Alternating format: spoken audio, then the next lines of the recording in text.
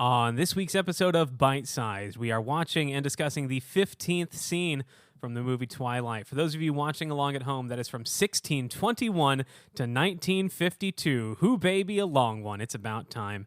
And now, on to the episode.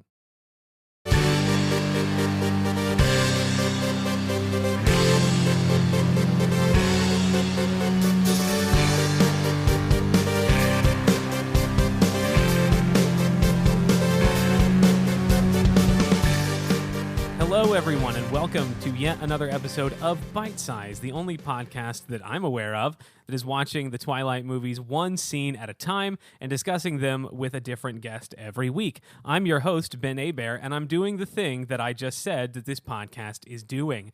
Joining me this week is a very special guest. I forgot to ask you before we started recording, so I'm just going to do it now live on the air. Is there anything you want me to say when I introduce you? What are you? Actor? Yeah, an actor, a long-distance runner. Okay. An actor, a long-distance runner. You may have seen her on social media trying to sell you milk.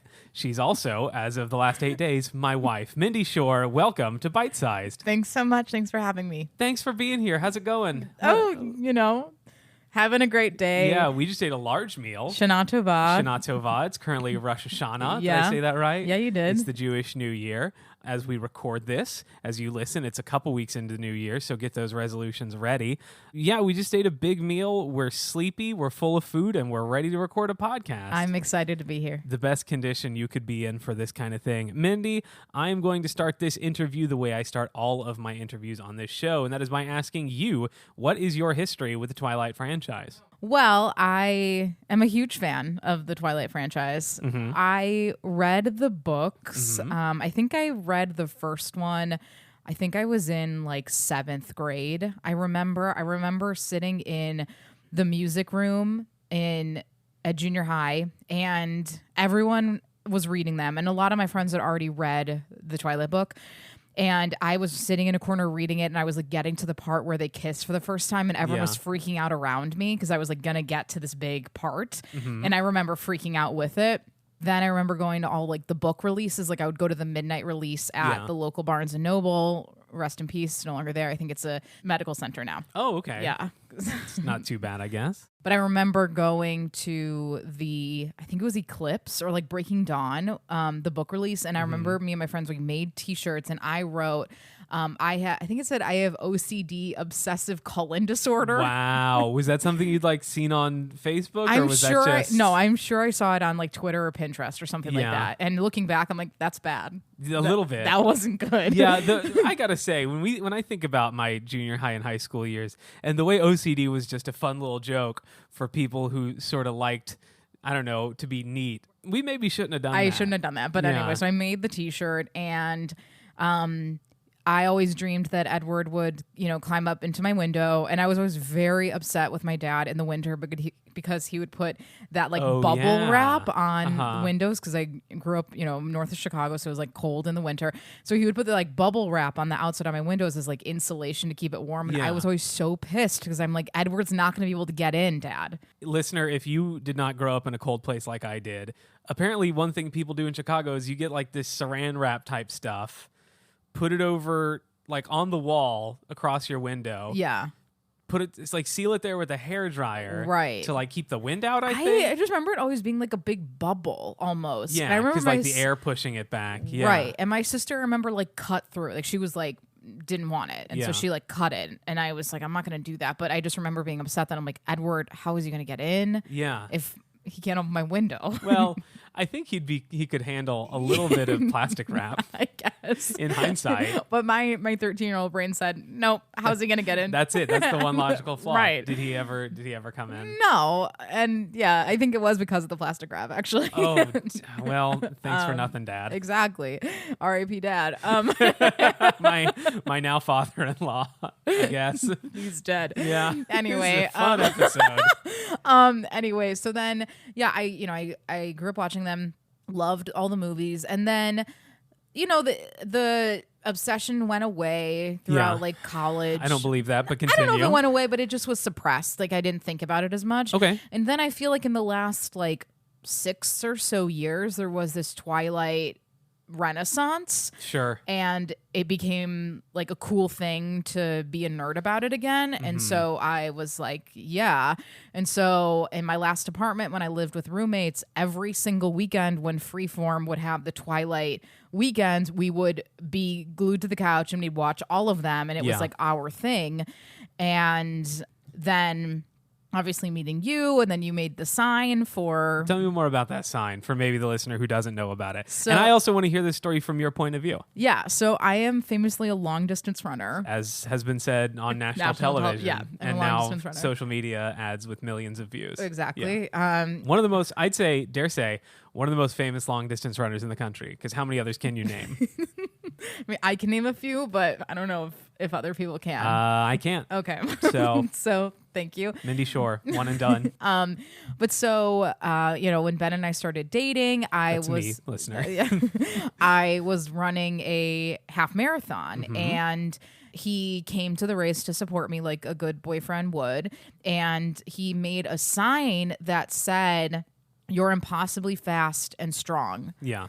Which is a quote from Twilight when Bella is talking to Edward and explaining to him how she knows that he's a vampire. Listener, we'll be getting to this scene in about 20 more episodes. Yeah. So at the race, he held up this sign, and it was a huge sign. It's a big sign. It's a big sign. I think it's 3 feet by 4 feet. Yeah. It was much larger than I was expecting. And so I saw him. He was holding it on the side of the race, and I saw it and I was like, oh my God, that was amazing. And so then after the race, at the post-race party, everyone in the race and all of the spectators were seeing this sign, and they were like, oh my God, can we take a picture with the sign? It was a popular sign. It was super popular. As I was waiting for you both at sort of the halfway mark and at the finish line. Yeah. And so then after the race was over, and I famously crushed it. Did a very good job. Yeah, it was a perfect race. Won a medal. I did win a medal, yeah. Some are saying I won the medal for being the hottest runner in the course. Yeah, it's, you weren't there. You don't know, exactly. Listener. She got a medal. They don't just give those away to everyone. Right, yeah. Right. Ever heard of the Olympics? Right. That's where I was. And so I posted a picture on my Twitter with Ben holding the sign. Yeah. And he was, holding the flowers that he had gotten me as well. A really good picture of me wearing glasses with frizzy hair, and I had not slept in a long time. It's a great photo of me. Yeah. Yeah. And so I posted that on Twitter, and I tagged one of the Twilight meme accounts, and they saw it and they retweeted it, and it just blew up. It was everywhere. It went viral.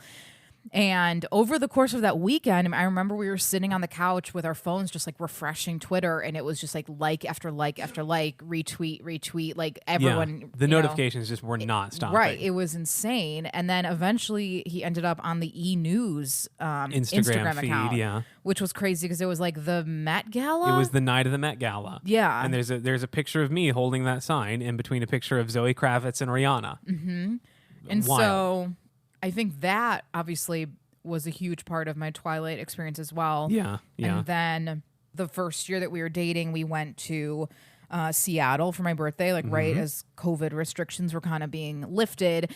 And we chose Seattle just because it was a cool city that we wanted to go to. And I also requested that we go to famously Forks, Washington. Did you request that, or was that my idea? I don't know. I recall it being my idea. I think maybe I had thought about it. Maybe you mentioned it as a joke. Right. And then I was like, let's do it. Because it's 3 hours outside of Seattle. And I was like, I don't want to make my boyfriend go to Forks, Washington, because it's a dumb, nerdy thing that I want to do. It was literally on your birthday. Yeah. You can ask for anything you want on your That's birthday. True. And so we rented a car, went from Seattle to Forks, Washington, and it was, everything you thought a tiny town from a film would be, I guess. Yeah. And so we saw the sights. We did. All 2 or 3 of them. 3, yeah. And so I think that sort of sums up my relationship with Twilight. Okay, let's get into our scene. It's episode 15. We're back in biology class. Edward's here again. It's 3.5 minutes of Edward and Bella learning about mitosis. They're lab partners, whether they want to or not. They have some real good conversation, and then the scene just sort of ends like that. Your thoughts? Well, I think you're missing the actual key moments of the scene. Oh, well, that's what we're doing now. That was a little overview of the scene. The scene starts. Bunch of students walking into class, walking in the door. There's some students just sort of casually hanging out in the hallway, like they're in no rush, like class ain't about to start. I don't know. Is that something that students do in high school? Not in my high school. Yeah. I think, obviously, my high school is very large, so it was sort of like a rush to get to class, because if you were in one building, you had to run to the other, which was not the experience at Forks High. So guess not. Yeah, I don't know. There seemed to be a lot of dilly-dallying at Forks. A lot of dilly-dallying. Yeah. And that's the best way to put that, I think. A lot of loitering. The other thing I noticed is that there was a coat rack in the classroom. Yeah. Odd choice. What were there not coat racks, singular coat racks, standing up? Because I'm sure like a wall of hooks makes sense, I guess, if you're a preschooler. Right. Yeah, what is with that coat rack? I know you were homeschooled, so you might not... A recurring bit on this podcast so far is... Because a lot of this takes place in a high school, and my only sort of context for what happens in a normal high school is through movies like Twilight. And so a lot of this podcast is just me asking a public schooler, is that real? So, Mindy, coat racks in the classroom, is that real? No, that wouldn't be real, because famously, public high schools, you have what's called a locker. I've heard of those. Yeah, where you provide a lock and you get a combination. So do you provide the lock, or do they provide the lock? I believe they provide the lock. I think I had a couple experiences where I did need to provide the lock. Specifically, I'm thinking in like the gym locker room. I remember we had to provide the lock. How many lockers did you have? Well, we had one in the hallway, and then there was one in the gym locker room. But you would just keep your stuff in there during gym class. It's not like I kept stuff in there all the time. But if I was to wear a coat to high school, which honestly... Wearing a coat to high school, embarrassing. But it's raining. So what? It's embarrassing. very rainy. Like, high schoolers, it's embarrassing to wear a coat. Is it not embarrassing to be very wet? I don't know. I don't know what the drop-off situation is like at the school. Are they all taking the bus? Are they walking? Are they driving? Like, well, we know that Bella drove her truck. Right. So, did she really need... how long was she outside before she came in? I don't know. It's not in the scene. I know. That's what I'm just asking questions. You just want her to catch her death of cold or something? Maybe. She's going to get wet and sick and die. Anyway... She should have put her coat and her hat in her locker. Okay. Also, we were not allowed to carry backpacks. Well, no, I take that back. In high school, I was allowed to carry backpacks. I would hope so. But in junior high, we were not allowed to carry backpacks because famously a few years before I got there was a stabbing. And so they said, no bags. Someone got stabbed with a backpack. No. Someone got stabbed in the backpack. No, someone got stabbed by a backpack. Someone got stabbed by a knife that was pulled from a backpack. Oh, okay. So they Knives, said, very, very large. No more can backpacks. only fit in backpacks. But I was allowed to carry that in high school. But no, if I had brought a coat, I would have put it in my locker. When I was in high school, maybe junior high, the only interesting thing, no one got stabbed.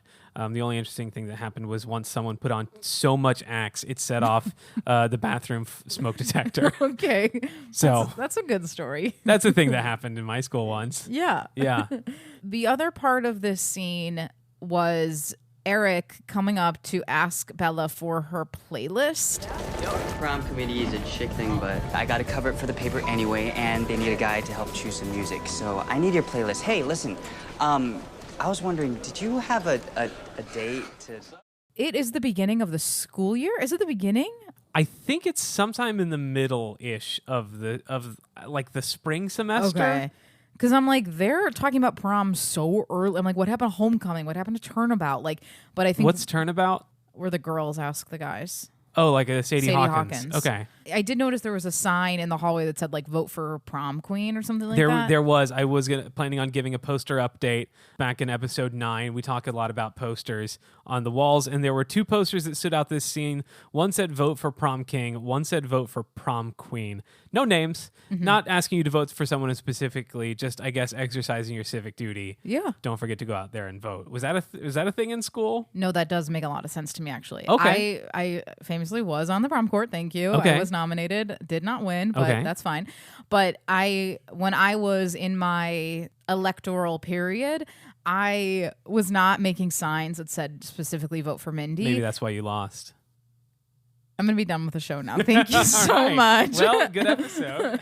No, because you didn't get out the vote. No, enough. You because didn't that campaign. was not a part of the civic process in my school. Why? Because you famously you vote. You can't have signs too close to a voting place. Okay, I don't so know. if you're voting in the school, you can't have a sign specifically. It says "Vote for Mindy" in the voting place. I don't know if the FEC is going to get involved at Stevenson High School. No, they did. It was a Okay. very Okay.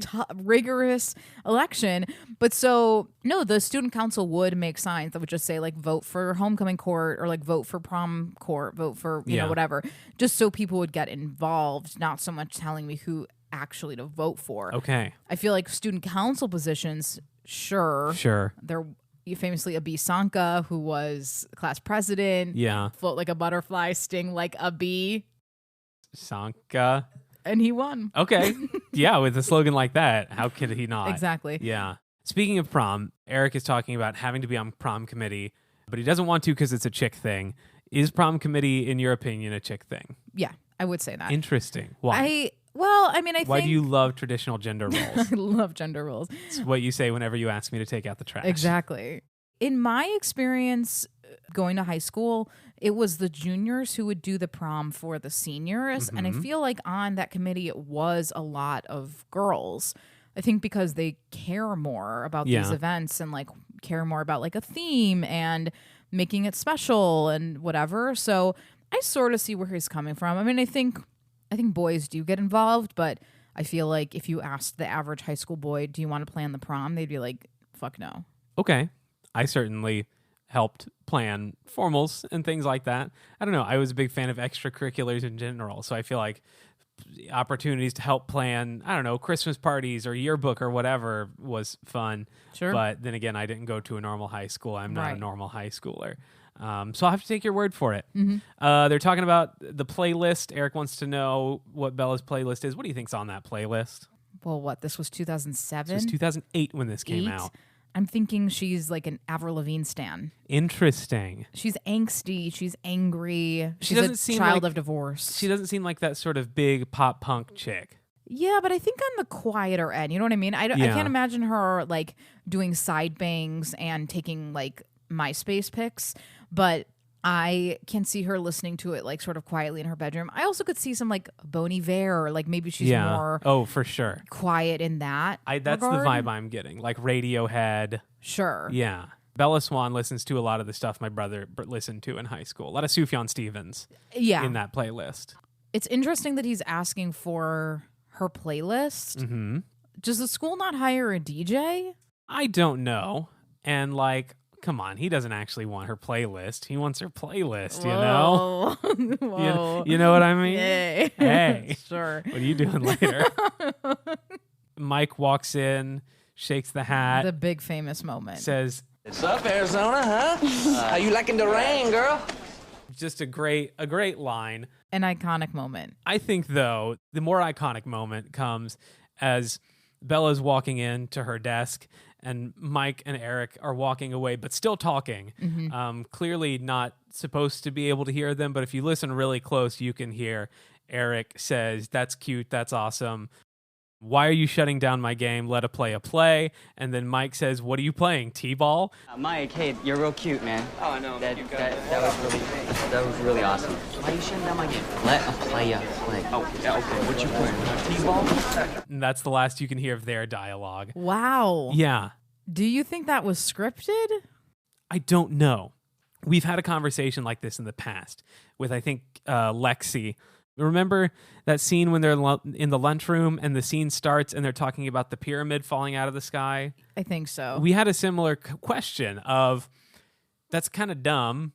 Did someone write that, or did they just tell Eric and Mike to make up their own dialogue? Right. And this is what they came up with after a few takes.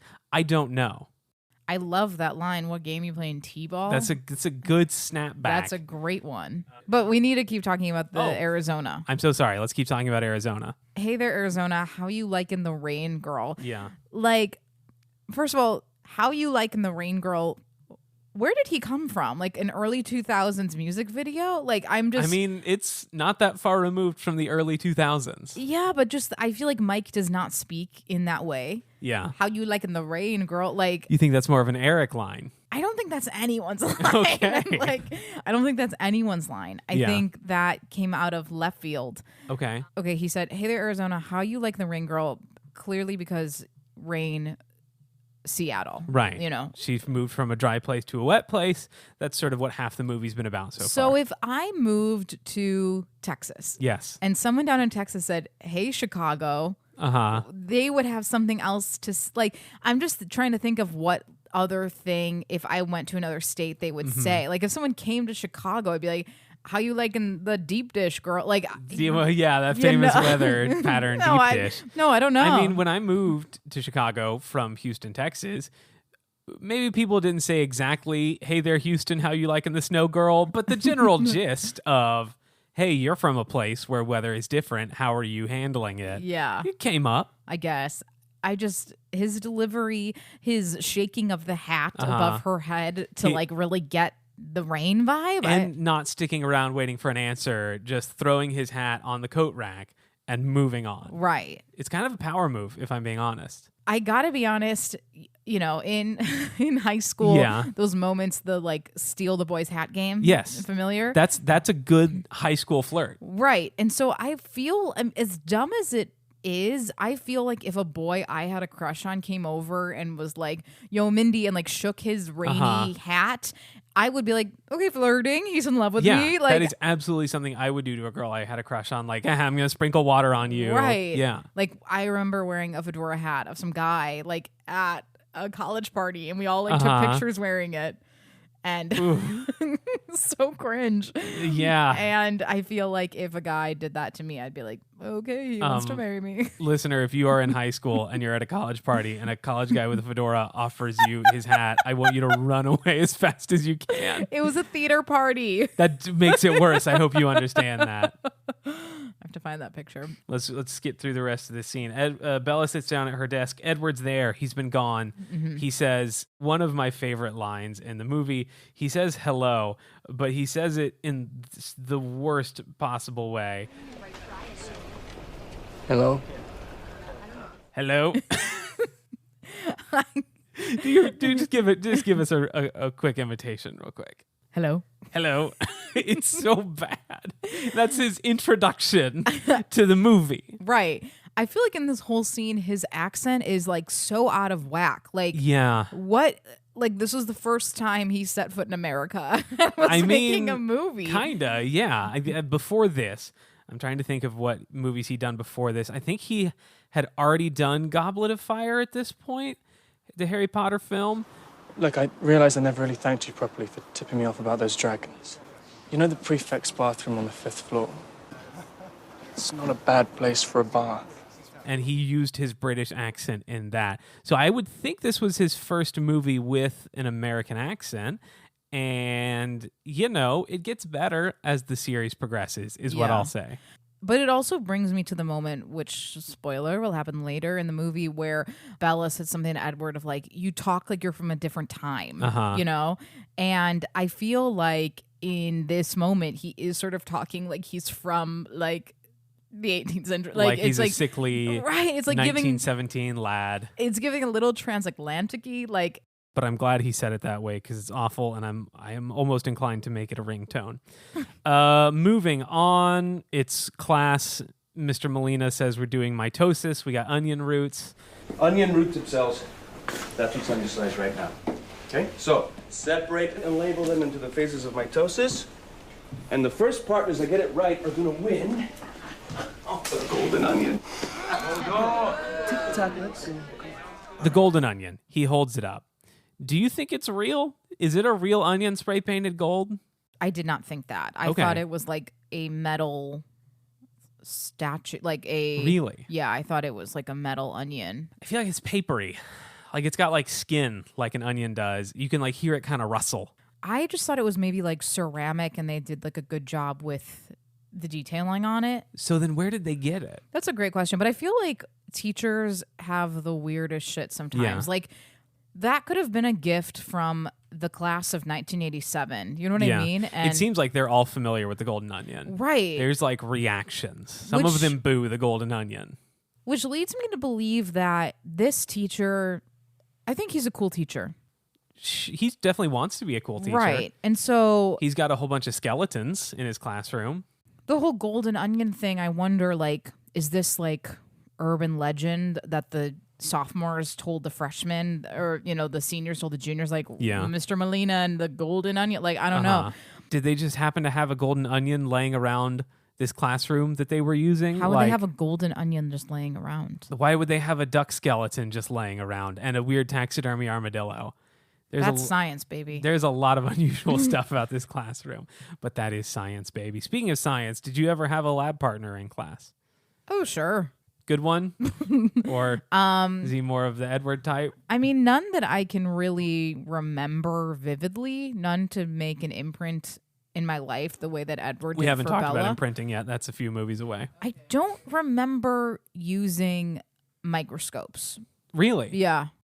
Why? I don't know. I used microscopes as a homeschooler. The only thing that's coming back is owl pellet, dissecting owl pellet. That's the only thing I'm remembering. I feel like microscope, that's classic biology class for stuff. Sure. How did you get away without using a microscope? How did I get away with a lot of things? I don't know. I mean, okay.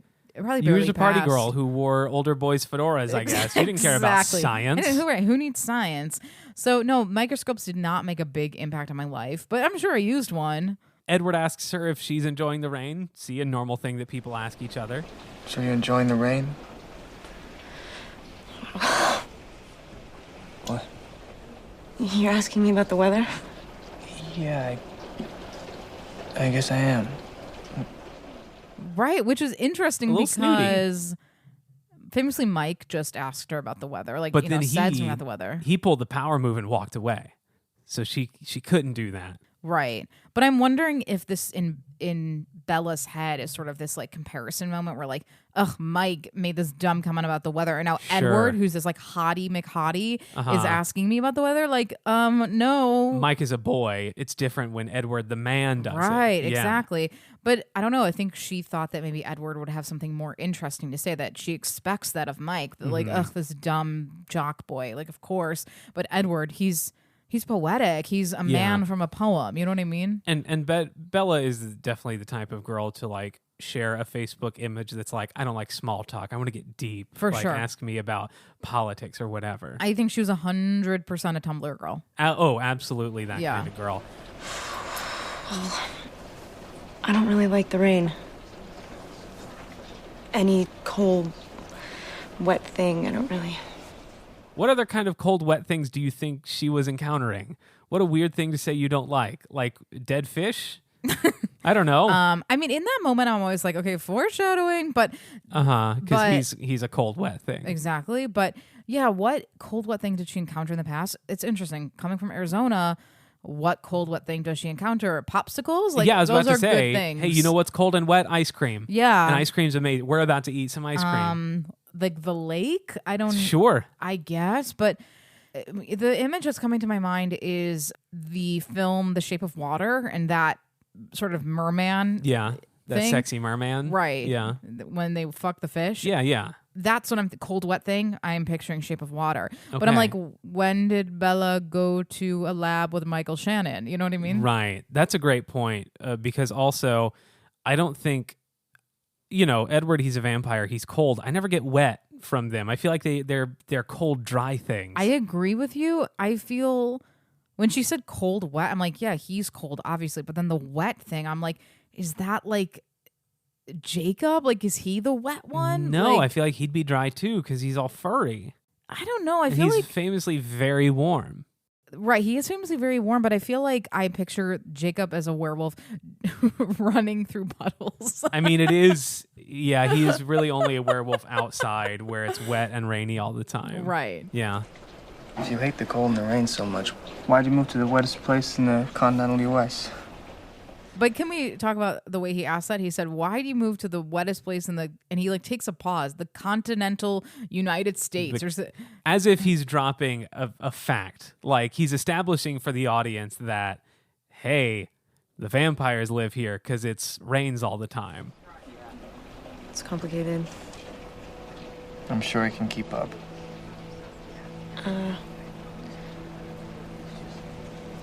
My mom remarried and, So, you don't like the guy?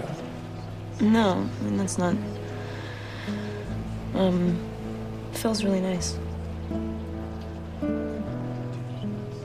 For me, it's the way she says it's complicated and then sums it up in like half a sentence. Yeah, but maybe she's embarrassed about her trauma and her backstory, and she just didn't want to get into it, you know? I don't know. Maybe she wants to seem cool and mysterious and not just some dope from Arizona. Sure. I don't know. You have any other thoughts about this scene? Well, the other thing too is he said, "Why did you move to the wettest place in the continental U.S.?" Yeah. Like the 17-year-old girl has a choice in where she's moving. Kinda, yeah, because it seems like she chose not to move to Jacksonville. Yeah, but he doesn't know that. I feel like if the new girl comes into class, I'm like, "Why'd you move to Chicago?" Like, what are they gonna say? Be like, "I wanted snow. Like, I wanted a new experience." Like, Word gets around fast, you know? I guess. I just feel like it wasn't her decision. No. I don't know. It's just an interesting question that he's like, why did you make the choice? As we've seen in past episodes, whenever Bella meets someone for the first time at this high school, they already know everything about her. Right. So I assume just the scuttlebutt reaches even the Cullens, who don't seem to talk to anyone. They just all sort of know there's this new girl. She's Charlie Swan's daughter moving in by herself. You know, I also wonder for what's Anna Kendrick's character? Jessica, who famously nicknames Edward the Hare in a late film. Yeah. Why didn't he have a lab partner? Because there was an odd number of students. Was there? I guess that's the only reason I can think of. Even if there was an odd number of students, I feel like the hot guy in class, some girl is going to be like, I'd love to be your partner. Like, is going to go up to him and be like, you're my partner. Like, why wasn't the loser the one who didn't have a partner? Which one's the loser? I don't know. We haven't met the whole class yet. I feel like he's the hot one, yes, but he's also like the standoffish, intimidating one that like you don't want to. You want to be lab partners with your friends first and foremost, I feel like. Yeah. And that sort of weird guy who sticks to himself and only talks to his siblings who are also dating. If he wants to be on his own, then no one's really going to fight him on that. And maybe he used to have a lab partner, but he ate it. That's also an alternative. I feel like in my high school brain, I was living in the world where every boy I talked to was going to fall in love with me. Yeah. And if we can believe it, it didn't happen. Yeah. Actually, it didn't happen, which is crazy when I think back to how cool I was in high school. You went to college parties. Right. Yeah. And I'm like, okay. But anyway, I feel like I absolutely would have gone up to the hot boy and be like, you're going to be my lab partner. And then I would have fantasized it for the next 6 weeks. Been like, we're going to fall in love. Like, we're going to, you know. Yeah. But maybe there just weren't girls like me at Forks High. I guess not, clearly. If you had to give this scene a name, what would it be? And this is also going to be the name of the episode, so make it good.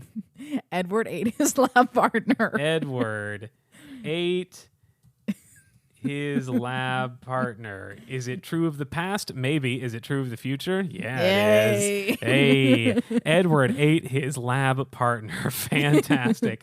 All right, that is it. Let's wrap this thing up. Let's land this plane. Mindy Shore, if people want to know more about you and your long distance running and your milk, where can they do that? Maybe on social media. Absolutely. You can follow me at Hey Minday. Spell that out. HeyHeyMinday. Mm-hmm. And I'm, everywhere where the people are. You want to be where the people are. TikTok, the old Instagram, Twitter, Threads. I'm everywhere. You can also find some of my content on Gonna Need Milk. All right, that's it. If you want to learn more about this show, you can follow us on social media at bitesizedpod_ on Twitter, Instagram, and TikTok. And if you're listening to this now, it means it's been about a week and a half, and by God, I will have posted at least one thing to that TikTok. This I swear.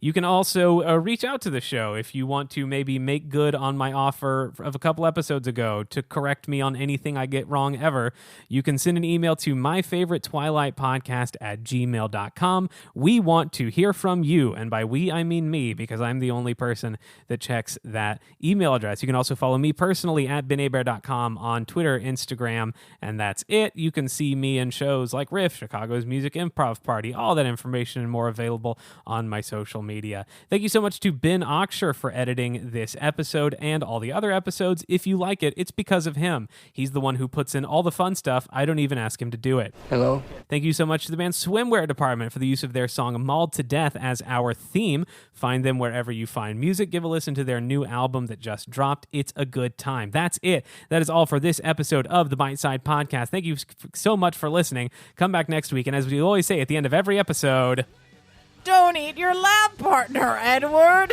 don't eat your lab partner, Edward. See you next time.